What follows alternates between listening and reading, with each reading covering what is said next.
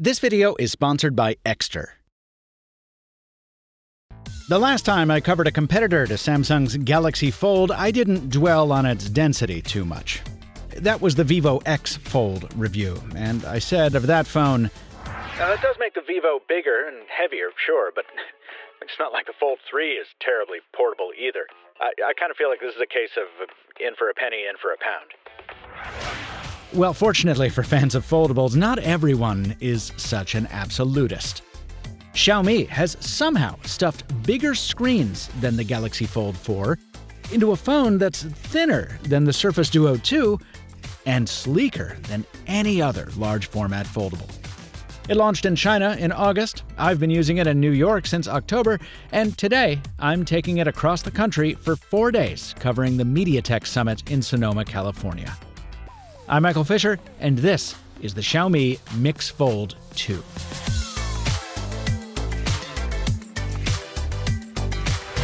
At the risk of using a dated term, can we talk about what a glow-up this is?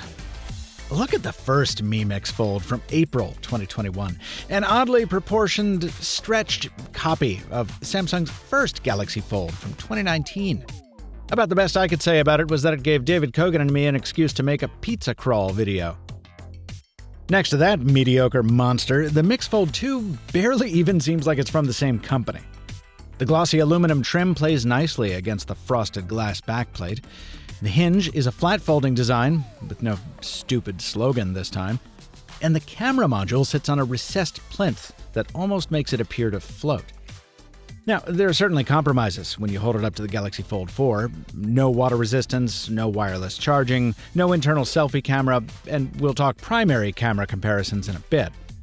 But from an industrial design standpoint, I have no notes. This is a masterpiece.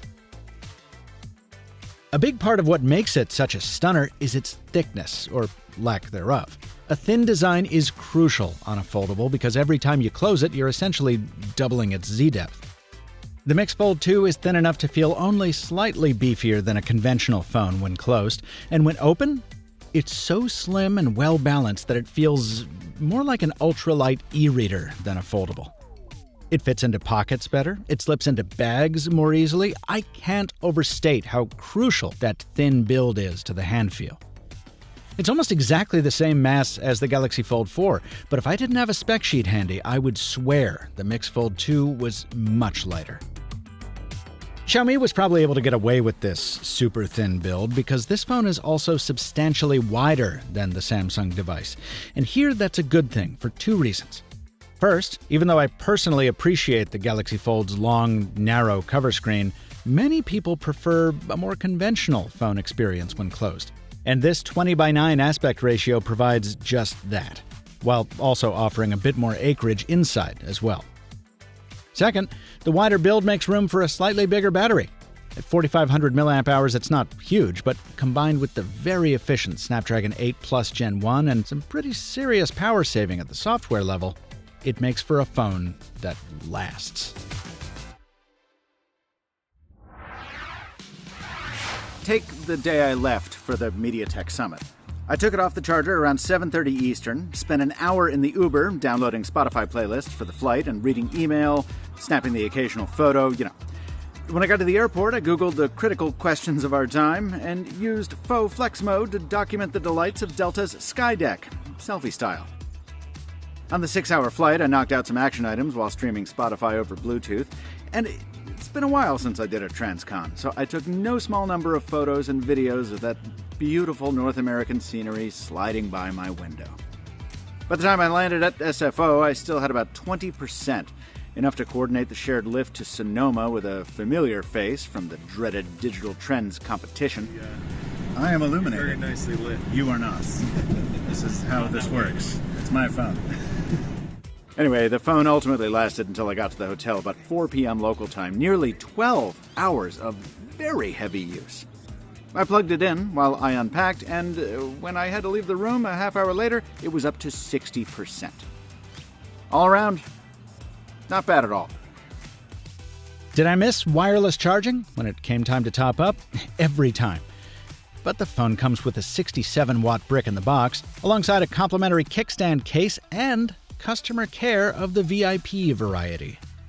This is the kind of presentation that always helps ease the sting when you've bought something positioned as premium, and it's the kind of packaging that I wish Samsung would have stuck with for longer.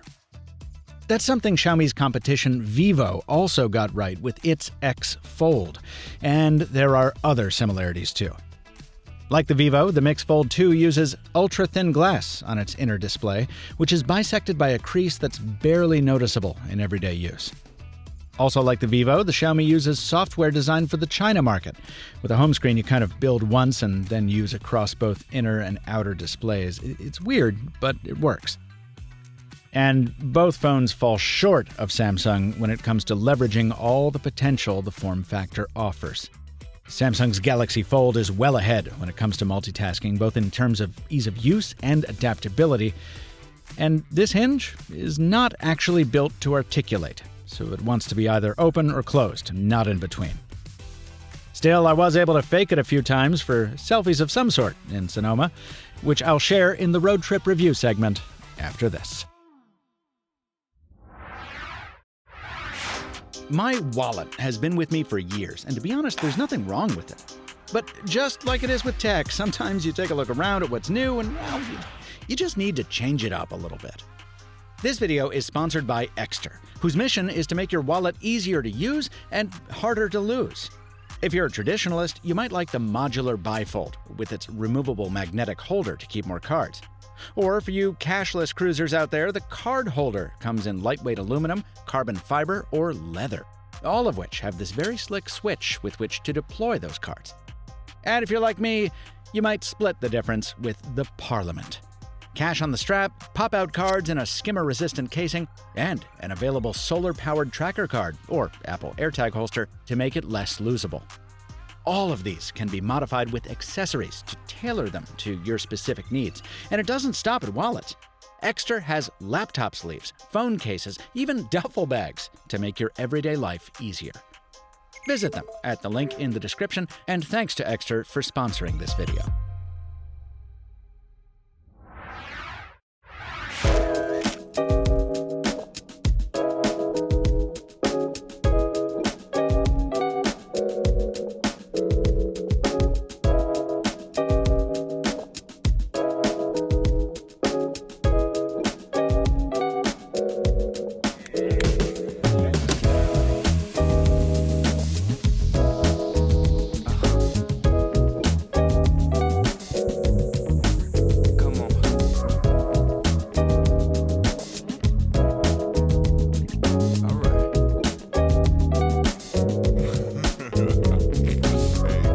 One thing it's still hard to hack your way around on a thin phone is optics.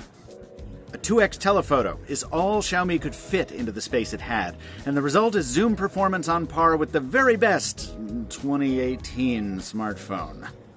Yeah, kind of blah. And as much as I love this phone, I was very glad that I packed others in my travel kit for the MediaTek Summit, since properly capturing the beauty of Northern California was, well, sometimes just beyond the reach of this device. Both Vivo's 5x telephoto and even Samsung's 3x are much more capable. Oh, and sadly, this is another camera that doesn't tell you what resolution you're shooting in when you've selected video mode, so I accidentally shot for several weeks in 1080p instead of 4K. User error for sure, I'll take the hit, but there's no reason the UI can't persistently display what mode you're on.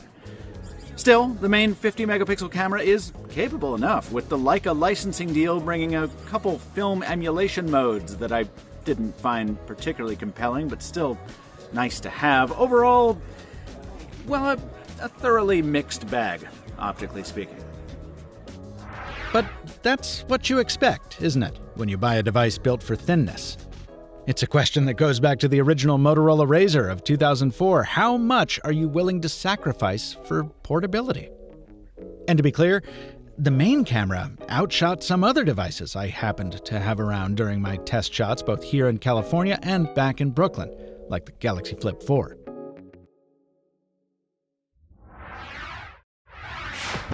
Finally, I was surprised how much I came to appreciate the software over time. I still don't like the look of it, don't get me wrong, but this app switcher makes much more logical use of space than the typical card carousel of Samsung or stock Android.